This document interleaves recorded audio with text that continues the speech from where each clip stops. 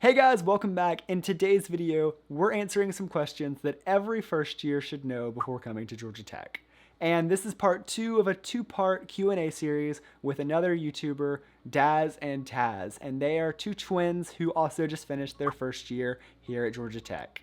So definitely go check out part 1 on their channel, linked above. Without further ado, if you've already seen that, here is part 2. All right, let's get started. I have Daz and Taz here to help answer some of these questions about Georgia Tech. Okay, so I'm Dara. Hi, this is my twin sister Tarara. In case you didn't notice, we look alike.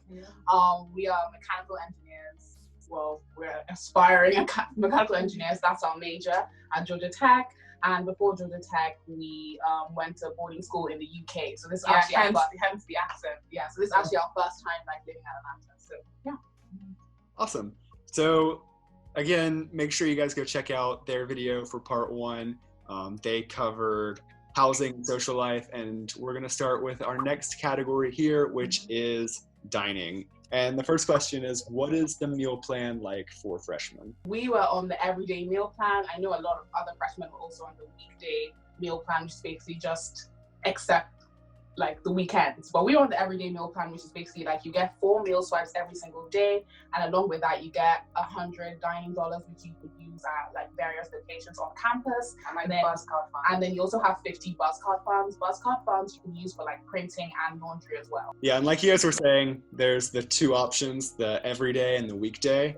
And the difference between those two, the everyday, like it sounds like 7 days a week, you get 4 swipes. Whereas the weekday, you only get it Monday through Friday, but you get more like dining dollars to spend other places. I would say go for the everyday, just because people I know on the weekday were like, oh, can I borrow one of your swipes? Or can I like... Yeah, so annoying. Try and sneak also, in. yeah, I found I didn't really have time on those like weekends to like make food. So that's just me personally, but yeah, I would do it for every day. Yeah, I agree. Funny story about the everyday meal plan. So I had the everyday, and near the beginning of the semester, there was a girl I had a crush on, and she had the weekday.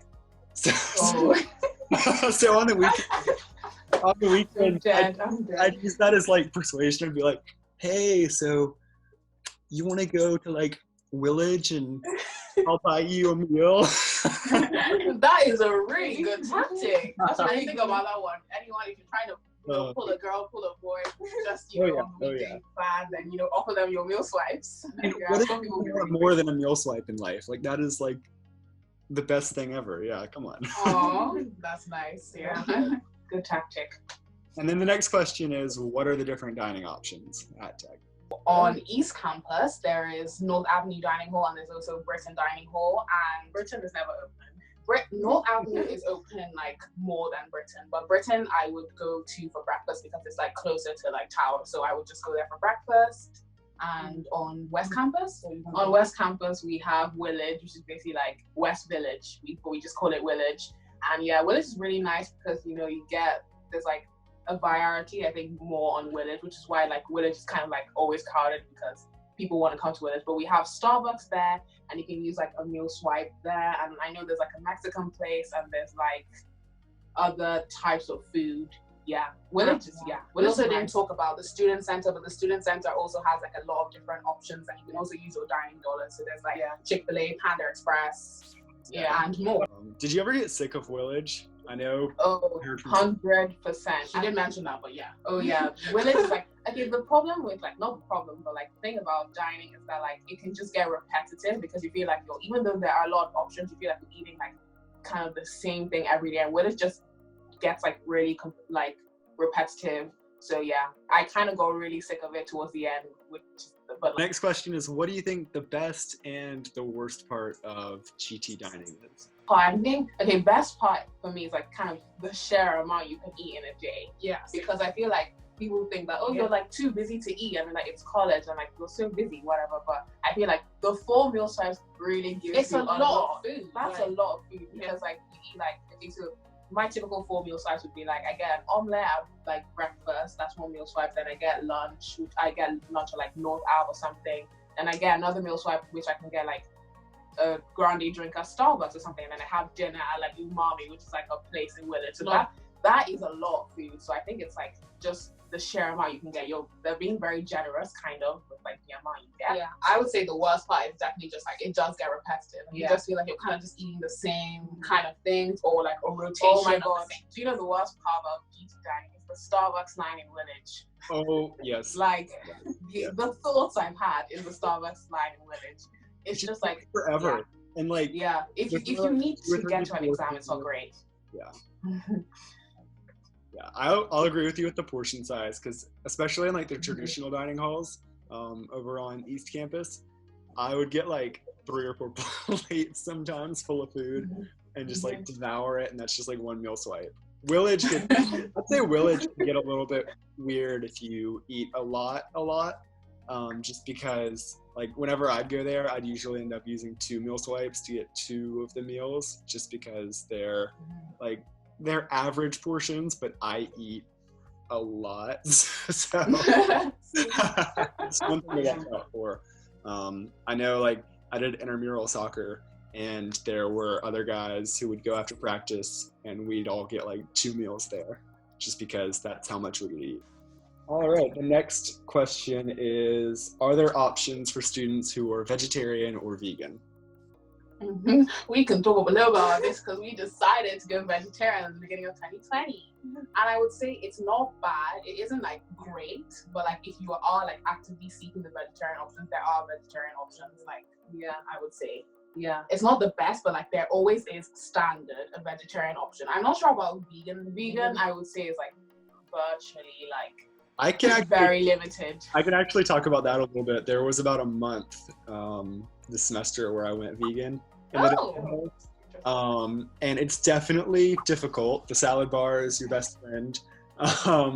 But they also, in Britain at least, added like a station that always had some sort of like curried and rice thing, and then there's other options. I have a friend who's been vegan for like 2 or 3 years, and they were in the dining halls. There's like a allergen cooler that you have access to.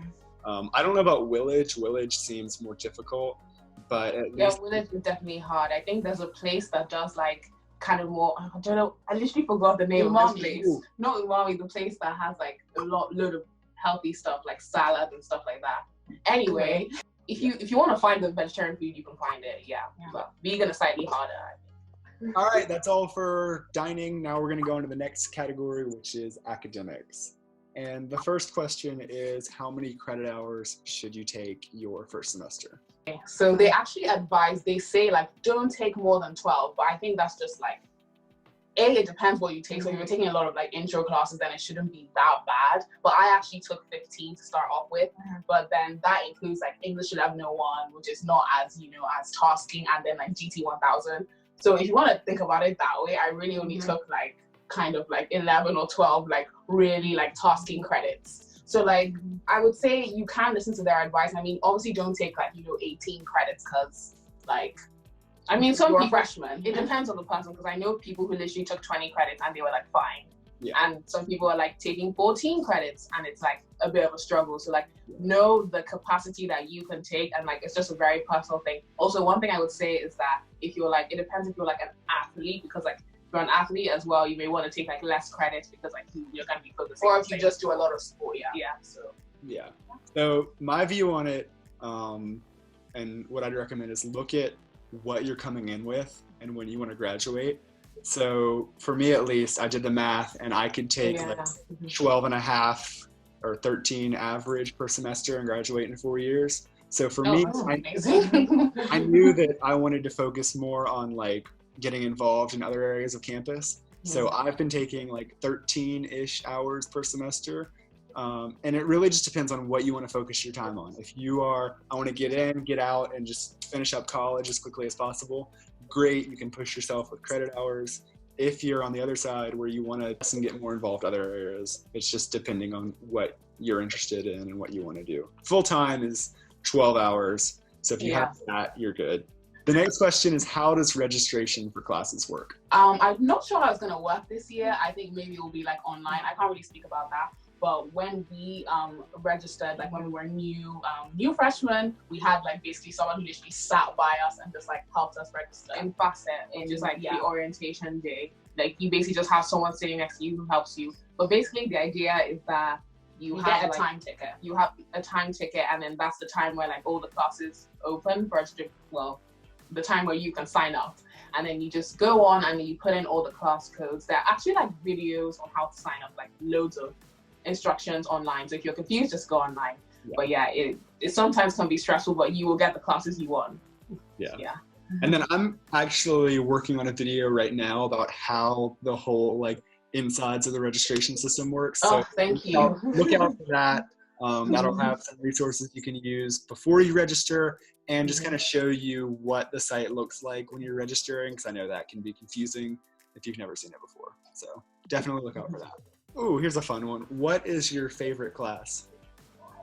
My favorite class? Do I even have a favorite class? Okay, you know what? Even though it was like stressful a little bit this semester, I did like introduction to mechanical engineering. It's like any intro to like engineering class, I guess, is like fun because then you actually finally get to do something that's like in the major and it's like very hands-on and things like that, and then you work in like groups. So I would say that felt like my most like professional class. Like I actually felt like I was like, you know, really like getting into my major. So I really enjoyed that. I think probably would be like an unpopular opinion, but like I liked like 1552 math, which is like integral calculus. What? It was like, wait, what? But like I actually enjoyed it because like I honestly felt like, because the first math class I felt I didn't really enjoy because like of kind of the topics that were in it, but like I liked this one because I feel like I had a really good professor and I just liked everyone in my recitation. I liked my TA. Like also befriend your TA because you're gonna enjoy your class way more, like way better if like your TA is like your best friend. But yeah, I just enjoyed it because it was a fun time, even though it was at 8 a.m. Pretty much everyone has to take English 1102. And that's actually a class I really enjoyed because of my professor. My class was about the photographic image. So just like analyzing photography, artwork, stuff like that. And it was a really interesting and kind of just chill class. So if you are looking for an English class, I would recommend Professor Salyer. I had him for full semester. Really? I really enjoyed it as well. Yeah. English is like a really nice break from like all the other classes because I felt like everything else was stressful, but then I get to English and I'd be like, oh, this is nice. You can just talk about art. You know what I mean? Yeah. I've heard people have like horror stories of like English classes that are really hard and time consuming. Yeah. I mean, I'm going to talk about my class, my English 1101 class. Like it was like basically like being in design. Like honestly, I felt like I was a design major. Like we built a prototype for a board game. Like they designed and programmed a board game. Yeah, we literally like we had to program a maze. What? Sorry, in English. Yeah, that was. It honestly depends on your professor. Like we had like a more chilled professor, but in English 1102 this semester, so I really enjoyed that. All right, the next question is: it seems like everyone does CS. Is that the vibe? As a CS major, I probably am not best to answer that because that is. I would say like absolutely not. No. Like if anything, because I feel like it depends like what your major is. Because we're like engineering majors, it feels like everyone's doing engineering. Yeah. I know CS is the top major, but like it doesn't really feel like that. Obviously, we are in a tech school, so like everyone's doing STEM. So maybe if you're doing something that's like not really STEM, you're gonna feel like, oh, everybody's doing STEM, but it's a tech school, so. Yeah, I literally like all the people I meet, like about like 5% of them are CS majors. Like where are the CS majors? I didn't even see them. Like they're in their rooms hiding. Yeah. They're working. That's what they're doing. The next question is, what is the competitive atmosphere at Georgia Tech like? Okay, so I thought, I'm not gonna lie, I was like, oh my gosh, everybody's just gonna be like fighting each other to get an A. Like it's just gonna be like everybody's gonna be pushing everybody down. But like, I don't really think there's that much of competitive nature. No. If anything, I mean, everybody obviously wants to do well, but if anything, I think that everybody's just like pushing to do well. You get what I mean? And there's like, I feel like there's definitely like a group, you know, effort when there's like a midterm to like do well. Like everybody just wants to do well, and everybody wants to see you succeed. Like no one's like, oh, you know what? I hope I get in. I hope you fail. You know what I mean? I have like all my friends I know from my experience are like all so helpful, and like everybody wants to help each other. And I feel like that's like the nice thing about tech is that like people generally want to help you. So like don't worry about like people being competitive, and people just want to do well for themselves, not like, oh, I want to do well and like see this other person fail. So it's not bad. I'd agree. What about you? I'd say a lot of classes, like you hear about some classes where it's like just on a curve. And there are some classes that if people do bad, they'll curve it. But a lot of times it's just like everyone is trying to push each other forward, because if you do better, you can help them better. And really just more of a helping each other succeed more than tearing each other down, which is really awesome. I agree. Yeah, and also like if you do a midterm and it like goes badly, you're probably not the only person that found it like hard. You know what I mean? Like the consensus generally is that like if a midterm is like really difficult, everybody found it difficult. So like most likely they will cover. I mean, like I was in 1553 last semester, and like we did an exam and we just felt like it like really wasn't fair. Like 10 points of the exam, we all were like, we cannot physically answer this. So we just like put on Piazza, like who felt that exam was unfair? Like we literally put a poll, and then he like curved the whole thing. Like he gave us like 14% extra to like all our grades. So we're like, yeah, that's great. Yeah. That kind of leads into the next question is, what do I do if I fail a test? Okay, so I mean, Georgia Tech is like pretty amazing. Like I was like blown away by just the sheer amount of support you can get, resources, if you are struggling. I mean, plus sessions, you know, you can one-on-one tutoring, you can go see your TA, you can go to like your math lab, office hours, the math lab, which is like, and then there's also like help for like science. There's like, you can go to the COG and like get help for science as well. Like there is so much help. Like generally, if you're struggling, please don't just like keep it to yourself. Go out and get the help. Also, like it's I feel like it's a thing at Georgia Tech. Like this sounds like really like cliche, but I feel like it's cool to like get help. Like all the cool people and office hours, like we're just hanging out, we're having a good time, you know, we're getting good grades. I feel like when I first came to Tech, I was like, oh, I don't want to go to like all the plus sessions and stuff. I want to do all of that. But then I ended up going to some, and I feel like more people need to take advantage of them, because like there was one that I was for like a 900 person over multiple sections class, and there were like 10 people in the plus session. And like, yeah, maybe I could have done fine without the plus session, but like getting that extra enrichment, like you're paying for an education at a premier school. Why not use the resources they have and really learn it? I don't know. Also, like if you get like a good grade, it's not gonna be like this person got a good grade with 50 hours of office hours. It's just gonna say a good grade. So like no one's gonna care / no one's gonna know. So you might as well just like use the resources. So that's what I would say. It's completely free. But don't freak out if you fail a test. Like it's not the end of the world. Right. Like we failed last year. I failed a test in semester still, but I feel great. Like it's fine. Yeah. You will get there. If you fail, there's probably other people that failed. So. Next question is, what do I do if I want to change my major after I'm already here? Okay. She changed. So I feel like I answered this question because I was an electrical engineering major, and then I changed to mechanical engineering. But what I would say is that it's actually, the process is like really easy and not stressful. So like, I think what you do is that you have to get a form filled out, and you have to get it like signed by like the department you want to leave and then the department you want to enter. And I think like every like person coming in, like correct me if I'm wrong, but they have like a free like major change or something. Like you can basically change your major with like no problem once or something. Something like that. Do your research, but I think that's right. So yeah, it's easy. It's like not stressful at all. So and like you said about your research, like all of it's online. College, partially learning college stuff, it's partially learning how to use Google correctly. Literally, that is it. Just look things up. One key tip, don't ask your professor something you could have just Googled. There was a question on Piazza at the end of one of my math classes, and it was some easy question on how to use this software.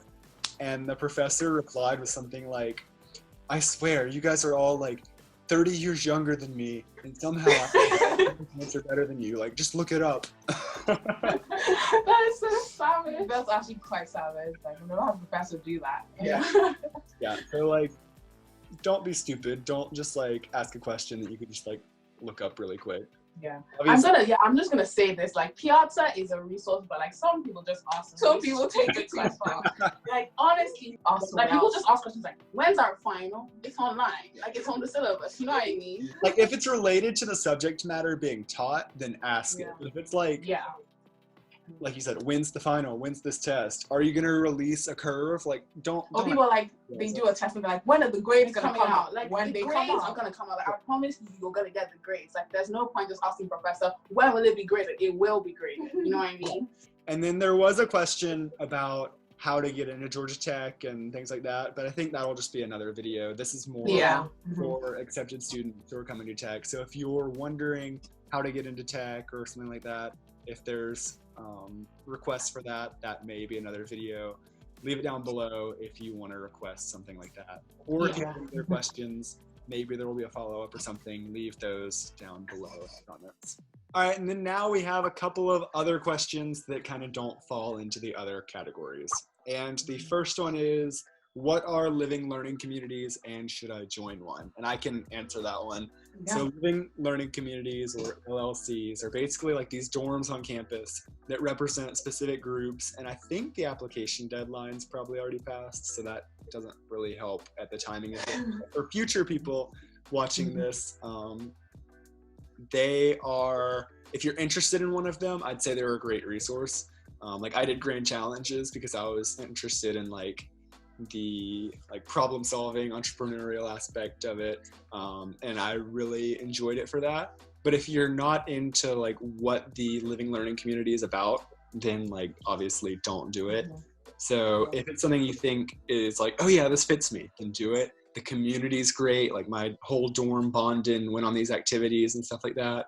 But if you're not fitting those categories, then there's totally other resources to do things on campus. All right, the next question is, how do I get involved on campus? Go to events, like, you know, there's always, there even things like within your dorm, like there were always things going on in the lounge, like we ate a lot of food in the lounge, like go to your lounge, like leave your dorm, basically. You can be on house council as well. Yeah. House council, what's it called? Dorm. Whole council. Whole council. Yeah. Which is basically just like people meeting up and like making decisions for like the dorm, and like you can like buy stuff because they give you money to buy things for the dorm. And like, yeah, I wasn't on it, but like I wasn't on the committee, but like I went to the meeting. So yeah. And then I'd say one thing that kind of stopped me was I was like, oh, I need to know exactly what I want to do before I go. I need to like plan out which organizations I'm going to try and join and stuff like that.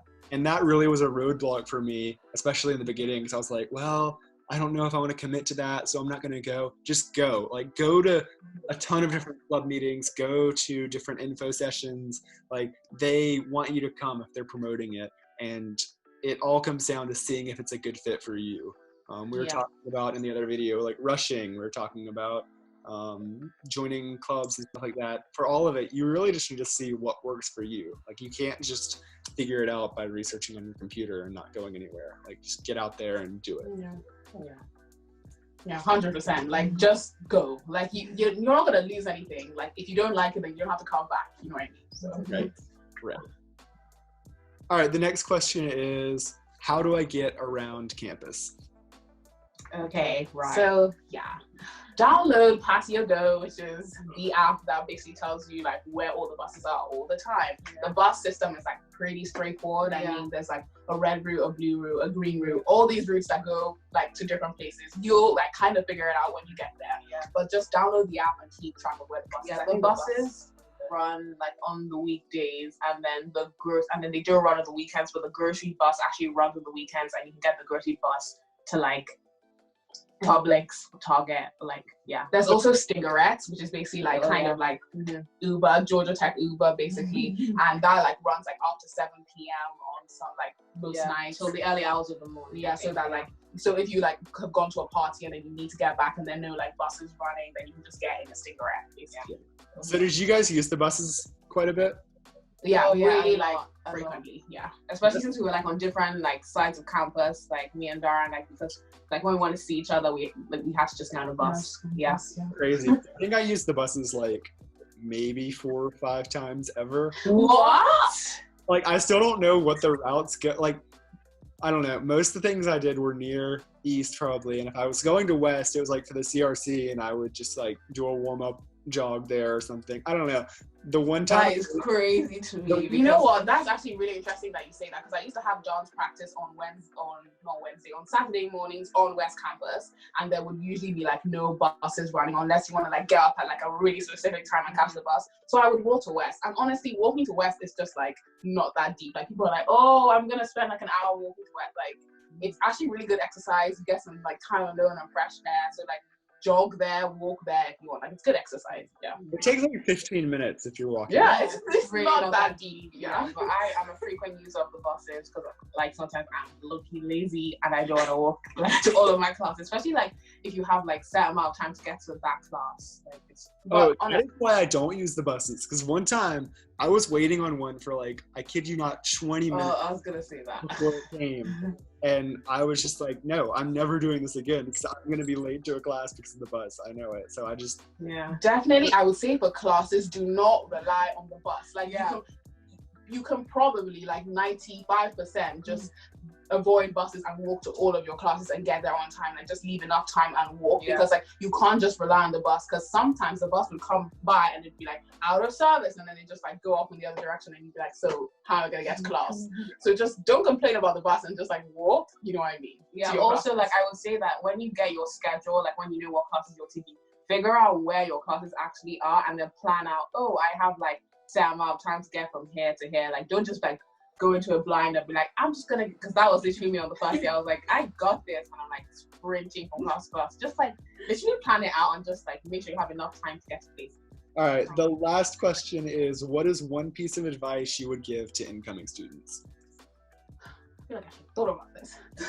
Oh my god. Okay, my advice to incoming like freshmen is just like cut yourself some slack, because like in the first, like in fall semester, like I was just stressed about like things that you shouldn't even be stressed about. Like, oh my god, this midterm, oh my god, this exam. Like, literally you're just starting in a very like new place, and like you don't have to like set this amazing goal for yourself to like do amazing and get like a 4.0 GPA and like be like incredible. Like, just cut yourself some slack and like give yourself time to like just fully process everything and like make friends and make memories. And yeah, And that's mine will probably be like what we've been saying for the entire video. It's just like basically be open-minded and like go to events. Like you probably from your high school, you probably like hung out around with like the same group of friends, and like you didn't really like leave your like circle. But now's the time to really like meet people from like all walks of life, and like you have this opportunity, so just like take it. So yeah. Yeah. I'd say just like don't be afraid to like step out of your shell. Don't be afraid to be embarrassed, because like it's not like high school where everyone's gonna like make fun of you for doing something dumb. Like, people are going to encourage you to try new things, to, I don't know, like even like doing YouTube, for example. I was gonna do it in high school, but everyone would like judge me, and in college people are like, yeah, rock on. Like the type, like do what you want. the type of people that I've met at Tech, like I can say I've probably, like, some of my friends I wouldn't have been friends with in high school.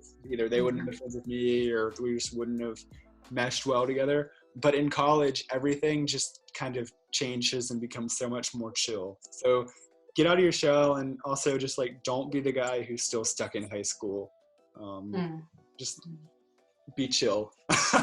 Yeah, chill out, relax. It's your time, ride away. You know what I mean? Like, I don't know what they say in America. Yeah. But overall, college is just an awesome experience, I'd say. Yeah, it is. And everybody is so much more chill than in high school. Yeah, 100%. I mean, I didn't go to like we didn't go to a typical American high school, but like definitely, like college is completely different. Like, you don't have, you know, like people judging you for this, judging you for that. So do what you like, is what I say. All right, and that wraps up the questions. Thank you, guys. Bye. Thank you guys so much for watching. And that concludes all the questions for our Intro to Georgia Tech Q&A series. Again, if you haven't watched part 1, make sure to go check that out, linked up above on Daz and Taz's channel. Also, if you have any other questions about Georgia Tech, make sure to leave them down below, and maybe we'll make another video or separate videos on other topics that come up. Thanks again, Daz and Taz, for including me in this video. Alright, I'll see you guys again soon. More Georgia Tech videos to come. Peace out. Bye! Oh, okay. Sorry, you want us to say that after you sorry. I'm confused. I'm literally so bad at this. Like, I can't even. He's gonna say that, and then we're gonna say goodbye. Do you get it? Okay.